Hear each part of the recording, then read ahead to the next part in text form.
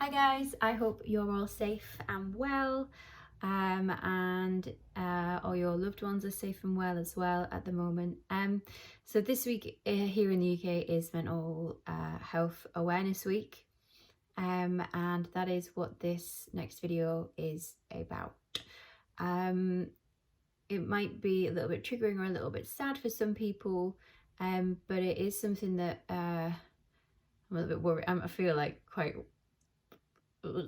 uh, anxious about sharing it, but also I feel like I should, so I'm going to.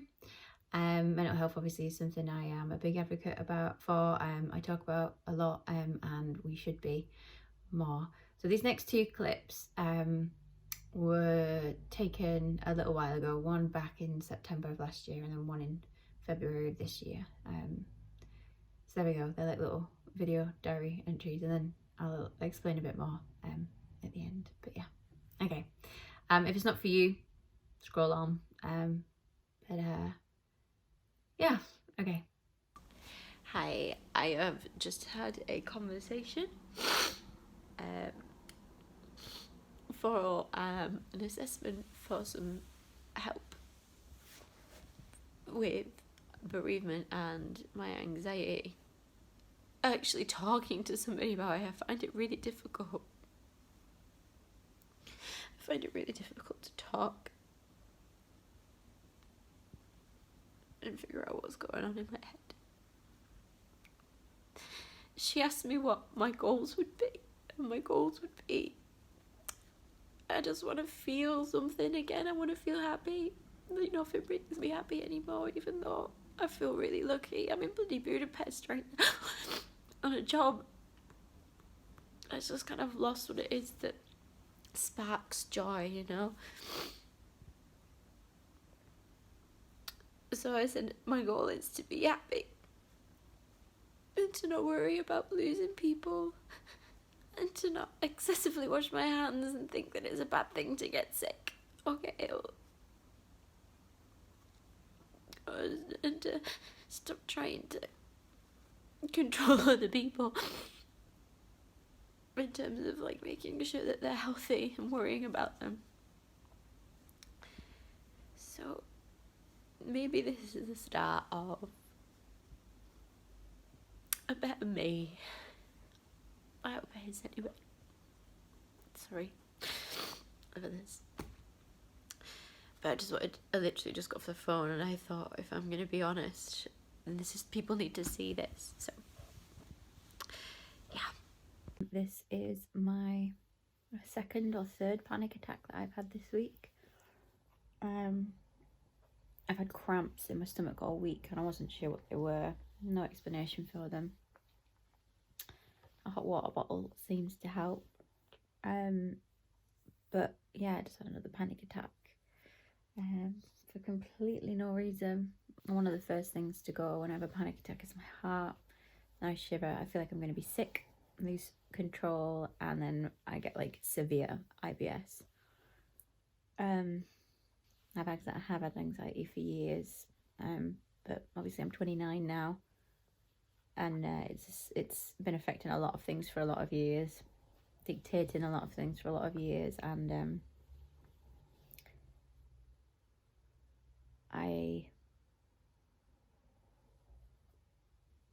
it is just taking control of my life. Got a hot water bottle to try and ease the pain. And I've tried to nibble on some dry toast just to ease the nausea, which is a really regular thing for me. I always think that I've got norovirus or something. And this anxiety has been so long, I think it's led to a bit of a phobia of being ill. And I associate it with that. But yeah, these panic attacks, obviously you get them surrounding certain times and situations, but for me it is more completely unprovoked and there's no real reason for it. So most of the symptoms I get obviously are feeling very nauseous, like I'm about to be sick, faint, dizzy. I get palpitations, I shake, I get sweats. That's why I look like this. All my makeup's come off. I cry. I get pain. I need to go to the bathroom. I just feel like I'm gonna die, or like a. It sounds ridiculous if you don't suffer with it. It's hard to understand it. I'm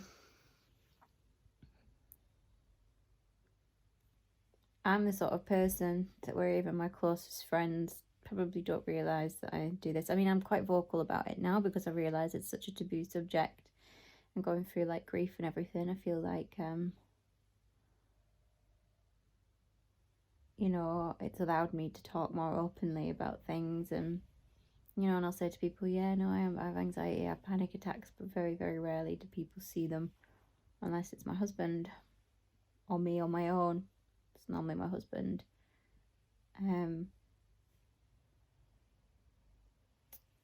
Or I'm snappy and a bit irritable if I can feel one coming on and around other people. I love like my family or my friends, and then yeah, they happen a lot. Even if I'm with company, sometimes I'll just zone out for a bit and it'll take me a while, but they can last 5 minutes, 20 minutes, sometimes an hour. It just makes you feel like you're going crazy. Because I know I'm not on my own, and I know a lot of other people often feel this way, but I just need to deal with it properly. I need some help now because it's exhausting. Hello, this is me now, and we're in the midst of obviously a pandemic, but it is Mental Health Awareness Week, which is why I wanted to share a few things with you. I've always been very vocal about everything to an extent on here because I think it's important. I've always been an advocate for it. But yeah, so the first video that was taken about 6 months after my dad passed away, and I could feel myself sinking.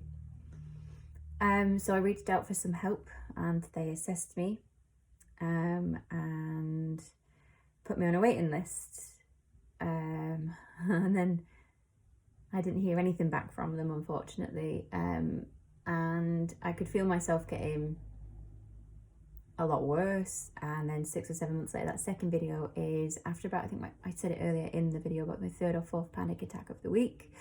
And those panic attacks can last from 5-10 minutes to an hour to 4 days. Like those episodes of anxiousness. I've since been told they think I have panic disorder, which I know my dad had, or we think my dad had, because he was a very anxious person as well. So thanks, Dad. I do feel I see I am more like him than I even realised, which I love. I've always suffered with some like anxiety. I had eating disorder in my teens, and then there's lots of things, you know, that have triggered and done stuff. I don't need to go into detail about them, but it's always been something for me. I've been on and off medication. I've tried lots of different things, you know, and it's not as simple as somebody saying do yoga. It's like, okay, yeah, clearly, whatever. But obviously, in grief is something I've been talking about a lot, as well as all these anxieties.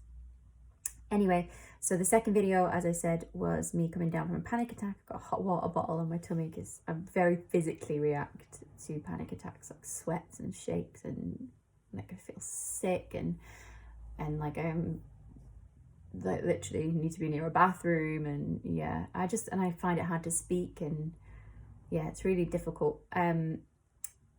And it's hard to explain, as I said in the video, if you've never done it. So the reason, obviously, I've done those little videos, if you follow me, you'll know about Dear Miss Nick a Thief. I've always kept a diary, or I've written blogs, or I've written them down in my notes, or I do poetry and it comes out in that sort of way, or I'll do like a video diary. So, you know, I by writing about it or talking about it privately, you know, not necessarily to everybody, it helps me process my feelings, and certainly in doing these it helps. But I love that I love being able to share a story and it becoming a part of somebody else's survival story, if that makes sense, because there is so much power in speaking out and talking and sharing. And like the first thing you do when you've got an issue or a worry is to look for somebody else that's been through that. So there's so much power in it, and that's why I always say you should talk to somebody.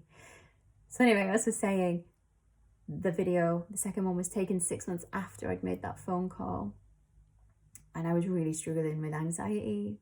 I don't know if it was related to my grief or not.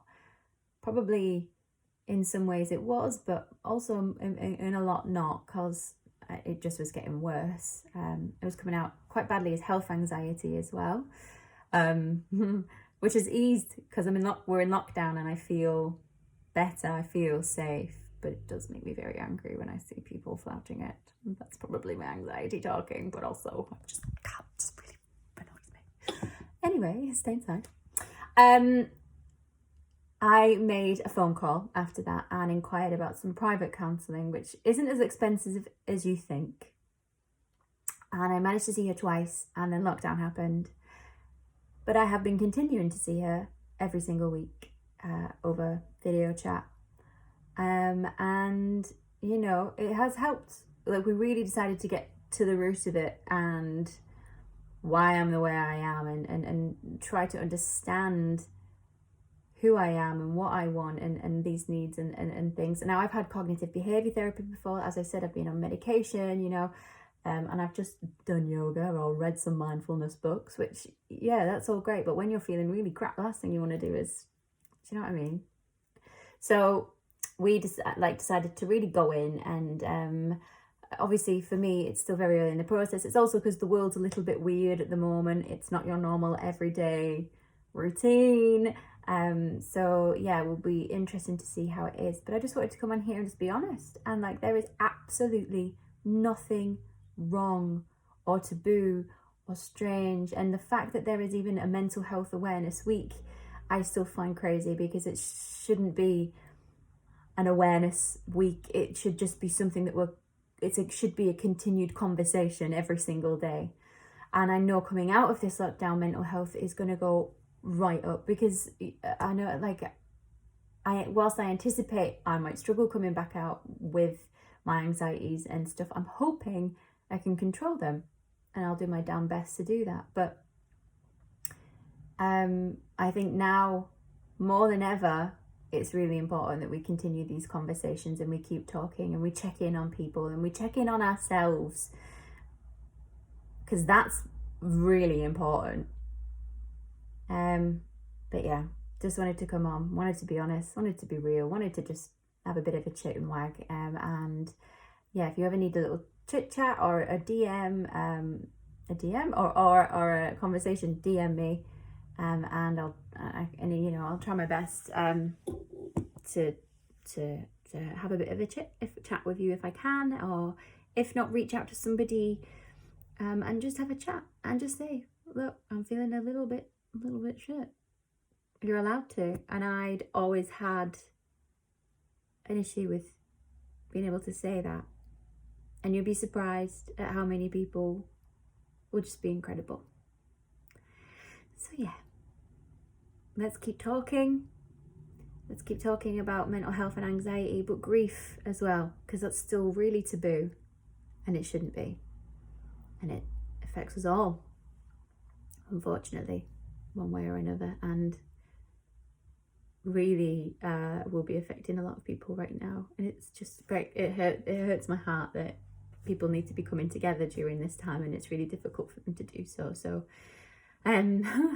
be safe, stay inside and check in on people, and look after yourself.